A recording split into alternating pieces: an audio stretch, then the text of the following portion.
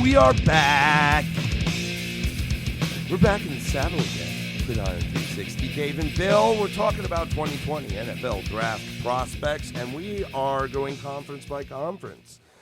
We are in the Southeastern Conference. We've been hanging out here a while, not just because we live down in this area of the country, but because they are deep. We went through quarterbacks. We've gone through running backs. We've gone through wide receivers that we thought would tie in some tight ends, considering that tight ends are really extensions of the wide receiver in the sense in today's day and age of college and NFL offenses. But we didn't do that. So we're going to talk about tight ends now in the SEC. All right.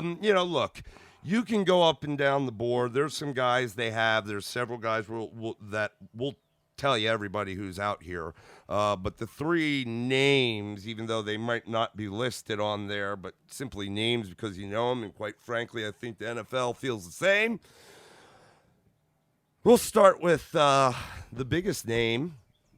And part of that is due to his pedigree, his father, Randy. And that is Mr. Thaddeus Moss from the Louisiana State University Tigers, a redshirt junior from Charlotte, North Carolina. Not the biggest of tight ends. No. 6'2", 250, 31 7/8-inch arms, 9 7/8-inch hands.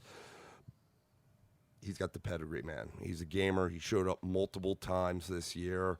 Again, we talked about the mouths that you had to feed in that offense, and he was definitely one of them. Yep.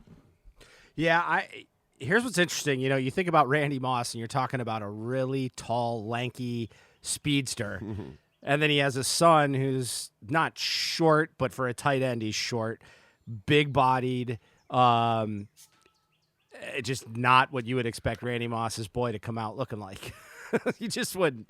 But one thing I like about his game, and I mean, there's going to be concerns about his size, particularly his height. There's definitely going to be concerns. He's not a tremendous blocker. Wasn't asked to a lot. No, but I mean, not in passing, but I did see him in the run game do okay, simply because for a tight end, he wasn't. Maybe because of it, he wasn't as tall. He was able to use more leverage. Yeah, I think most people, though, do want to see 6'4" out of their tight end or bigger. I mean, everybody can't be Gronkowski or Travis Kelce, but you want to see some size because in the NFL, even if you are a pass-catching tight end, you've got to have some physicality to your game because that's just the way the game's played. Yep. You have to have it. I think Moss has that. The question is, at 6'2", which is an average height for a receiver, is that enough to make him the mismatch that you need? Didn't run an explosive 40 time, which I wasn't expecting that. But let me just say, when I watch this guy play, I go back to, and this is one thing that I think he has that his dad had, not to his level probably, but is body control. Yeah. This guy, I mean, toe tapping catches in the corner of the end zone, strong hands, knows how to go and yank the ball down, knows how to high point it. So he's got some receiving talent that his dad certainly probably either helped him with and gave him a little bit of that God-given help that Randy had. I like him. One thing I see really interesting. I would initially look at this and go, the Bengals need to go and get Justin Jefferson, but the reality is with the three receivers they have, that's probably not in the cards. But do you go get a Thaddeus with a little bit of a known entity, a safety blanket? This is a team that just moved on from Tyler Eifert, and is that they still have another big-bodied tight end in Uzomah. CJ Uzomah. So, I mean, it'd be good. Yeah, but is this the kind of guy that go do it? Now, like you said, he's a gamer. Like you saw it out of him. Like he showed up at big moments. The pedigree, and he's not the fastest guy, but let's be honest. Even though he was a downfield route runner, Randy Moss wasn't the fleetest of foot. In fact, sometimes he could run by guys. Yeah, man. But if you watch, sometimes he was tall, so he's those strides. But it was sometimes ostrich-like. Yeah, I think ostriches are fast as shit. Yeah, but that's what I think of. But this guy isn't. He isn't a freak athlete. But I think the gamesmanship will overcome that, much like some of the other guys I talked about, and that he's he can get into physical. He's a wide body guy, so if he has like a safety come down and have to cover him, a strong safety, I think that's his game. He's not fast, he's not going to outrun him or juke him, but he's definitely going to body himself up. Yeah, I think you find two different things like this. If I, maybe it's a little bit unfair to classify guys like this, but when you get guys with a parent who's got an NFL pedigree, I think I usually see one of two things. You either see the guys that are so gifted that they kind of rely on that and they rely on their name a little bit, and sometimes you see them take plays off. Then you see other guys. Think he's that. No, I agree. And then you see the other guys that really kind of learn from their dad. Like this is this is a whole different level in the NFL. This is a job, and taking that stuff seriously and taking the little things of the game to heart a lot more. And then obviously the fact that they can teach you some of those skill sets. I think there's something to be said for that. One of the things I liked about Randy Moss, Randy Moss didn't always have the best reputation in the NFL, even though he was uber talented. But when he went to the Patriots, he became a little different. He became a little less boisterous. Now, if you know about the guy, the guy ended up at Marshall because he failed out of Florida State, and ended up getting booted off the team before he even got a chance to play, which, God, man, if I could have seen that dude play at Florida State, that would have been great. But he just, he had some attitude problems. But I also think Randy Moss is one of those guys, you don't see him when he left the game. He's not out there. One, he doesn't do a lot of press stuff, but he does do some. But you don't see him out there like, he does some of the NFL stuff, but he's not like out there like some guys leave the game and can't figure out how to leave the spotlight. No, he's on, he's part of the little cast of characters with the NFL Countdown team, right. ESPN. He's got the You Got Mossed segment, which is fun, but he definitely is not the star. He's not the ego-driven guy, like some of the guys you see out there. From the attitude or the character of him, or at least depicted, or that you might think of him as a fan when he was an NFL player. Not that he was bad attitude, but maybe not too, maybe a little bad attitude at times. Well, Minnesota he was. You see him now, and he's smiling, and he's just a lovable character, to be honest with you. I enjoy Randy Moss, and I enjoy what his past successes much more now, seeing the man he's become. Yep. Even though he wasn't a guy on my team, because maybe because he wasn't a guy on my team or somebody I might have really liked, and the attitude he kind of portrayed when he was a player, it kind of left you feeling, at least me, feeling some type of way, despite his uber talent. But now, like I said, lovable character. It's great he's still around, and it's kind of like it makes me appreciate him. It's like lessons learned, and we all hope to do this as a parent, like learn my lessons and teach that to my kids. So that I think Thaddeus is not that type of guy. Was very prolific, obviously on that offense, as was everybody. I think he could be an interesting piece. I don't know that he's going to be your superstar tight end. I think he's more of a somewhere, he could go as high as probably the second round, maybe go as far as the fourth, just depending upon how some of it's fallen. I don't know that he has the best. He's not really, even though as good as LSU was, he's not thought of in the high end of the. Most of you hear about like Bryce Hopkins. The ability for him to not fall beyond like even the fourth round, which is great. And I believe you. I think he'll probably go as one, because of the success they had as a team. Two, they're the national champs. Three, he's Randy Moss's kid. Yeah. Oh, yeah. I think he had a successful year, but the addition of being having the pedigree of Randy Moss on top of that, and that he was on this team that's going to have the number one quarterback drafted, has top 3 SEC receiver drafted, top three running backs in SEC drafted, great line, great offense. Defensive players are going to go very productive. They won the national. Those are all pieces that are going to help overcome some of the things. Yeah, and he was a big part of that. I think he, of all these guys, he might be the highest in the SEC at this point. Okay, let's talk about the next guy that we have on the list. Well, actually, one of the higher rated tight ends, especially at SEC. Forgive me. Go at it. From the University of Missouri, Mr. Albert Okwuegbunam. I'm sorry. Okwuegbunam. Boonham. Boonham. Boonham. Here's an interesting character. Springfield, Illinois, hometown, redshirt junior, 6'5", 258, 34 and an eighth inch arms, 10 and a fourth hands. All right. Talk about this interesting cat. All right. Like I said, he's probably, he's more of the prototypical tight end, size-wise. So here when you search this guy, here's what comes up about him. Number one, I did know this from watching the Combine.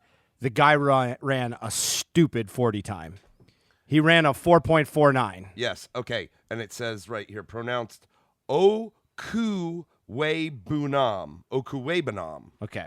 All right. So there you go. I See, should have looked at that first. Sorry, Albert. so obviously that at 6'5", 258, his hands are 10 and a quarter, so he's got big hands, 34-inch arms. Long arms. I mean, the guy's he's a specimen when you look at him. And then he runs a 4.49. But what's interesting is I keep seeing him mocked somewhere between 3 and 6 rounds, which was kind of shocking to me because that just screams athletic tight end to me. And so what I keep seeing was stuff about his maturity and his makeup. So I kind of started reading, and again, I'm getting this from multiple sources, and I can't. I'm just going to have to use a source. I'm not out there interviewing this guy myself. A couple of things I saw is that whether he has the want to and maturity is a word I saw several times. I looked at like 4 different sites. There is some talk that he may want to go to medical school. And the feeling is when I keep seeing maturity, the thing that I was able to dig into to see is that is this guy, when things get tough, I'm kind of paraphrasing multiple things, but when things get tough, is he going to bail and want to do something else? Like, how committed is he to football? Well, if you're going to go to medical school, you better be dang gum committed right there, man. Yeah, so now, granted, you got guys like Myron Rolle. I love talking about him because he's come up in the press. Great guy, Rhodes Scholar from Florida State. One of the greatest human beings in this world, my friend. Now, he goes, this guy took off his senior year and spent a year going to Oxford to do his Rhodes Scholar. And he went to the NFL and said, and he came back and he trained for the NFL. And he wanted to be in the NFL. And he had 3-4 years in the NFL, played with the Titans. And then I think he played a little bit with Pittsburgh. But he played it for as far as he could. He was highly regarded coming out of high school and was good for Florida State, but never really became elite. And then he went to medical school, and now this guy is dealing with the coronavirus. He works at Mass General. So you can do that. But he was clearly committed to his education, but then he came back and he was clearly committed to football. Yep. He was not in between. So this is a scenario where if the guy goes and becomes a doctor, God love him, got nothing wrong with that. Totally admirable. But, from an NFL perspective, somebody with that much, what you can't question is whether the guy has the want to, and that seems to be a repetitive thing I'm seeing, which is knocking him down down draft boards. Whereas if you look at him just from just size and everything, now his statistics fell dramatically in his last year. He came back. They said there was talk, I guess, about him leaving early. I think he's a redshirt junior, right? Is that what he came out as? Yeah. I don't think he's a senior. Yeah, that's a redshirt junior. Whether he was going to come out because he had a very good redshirt sophomore year, which would have made him eligible. And, we thought with, that he would have this kind of step forward. They obviously brought in Kelly Bryant, and it just didn't happen. So this, again, I go back to limited interview processes and limited ability to interview these guys. This would be a guy that would get grilled under the microscope, according to what we hear in these, these pro days. So scouting. I'm going to refer back to some of the strengths on NFL.com. I'm looking these up, and it's really the page that they have their combine, if they were there, information. They have your own overview, strengths and weaknesses. So I just want to read some out because I know of them primarily because I watched a little Missouri this year because Kelly Bryant was a Clemson Tiger. And I wanted to see, though it didn't end phenomenally, I had no ill will and I wished him the best and I wanted to see how things would go. So this guy's name did come up. Here's an interesting thing. Scored a touchdown once every 4.2 catches. Has the nose for the end zone, huh? A bit. Leaps, twists, and lays out to make circus catches. Well, that's impressive for a guy that size. Yep. What was the other thing? Flash some intentional tempo change in routes. That's something you don't usually see out of tight ends. That's a wide receiver quality. Yeah, outstanding ability to win in the end zone. Again, back to has a nose for the end zone. That's what you want out of a tight end, man, especially in the NFL when you get down in that red zone and, the tight quarters, you're squeezed in, benefits defenses much more, especially even if it's this like a Kansas City high-powered offense. You start to struggle when you get squeezed in like that. You can use a big-bodied tight end that can catch the ball that has a nose for the end zone. Yep. It's pretty interesting. I'm not going to go into the weaknesses because I think that's, I don't know him as a kid. So I think what you brought up was very, very telling. Is he a committed guy? Because if he is, then you might have a really good prospect on your hands. Yeah, I mean, that could be a killer if he's not all in. Yeah, and just to give you an idea, I mean, like Cole Kmet is regarded as probably one of the top 3 tight ends, running a 40 time that's about 4.7. He's 6'6", 262, so a little bit taller, an inch taller, and about 10 pounds heavier. His hands are enormous too, at a 10.5. These are guys. You also had a 4.65 that Thaddeus Moss ran, so you can see, like, especially with the 40 time, he's blazing. You got some other high end tight ends running 4.8s, 4.9s. In the draft status. So, there's something there athletically between what you're saying, the speed, all these things. Yeah. And so, you know what? Hope the kid goes and does what he loves to do. If it's the NFL, he certainly has. He has some measurables to get. You'll know his name if he does. I'm sure, like sooner or later, if he's committed, this is a guy that has the ability to see the field. And when you hear his name, you're like, Or you're just gonna call him Alberto. Yeah. He'll be known as AO. AO. All right, we're gonna talk about one more guy in depth in the Southeastern Conference, and that is tight end Charlie Warner from the University of Georgia Bulldogs. He's from Georgia. He's a senior, true 6'5", 244, 31 1/8 inch arms, 10-inch hands. Ran a 4.78 at the combine, so a little more typical of a tight end 40 time.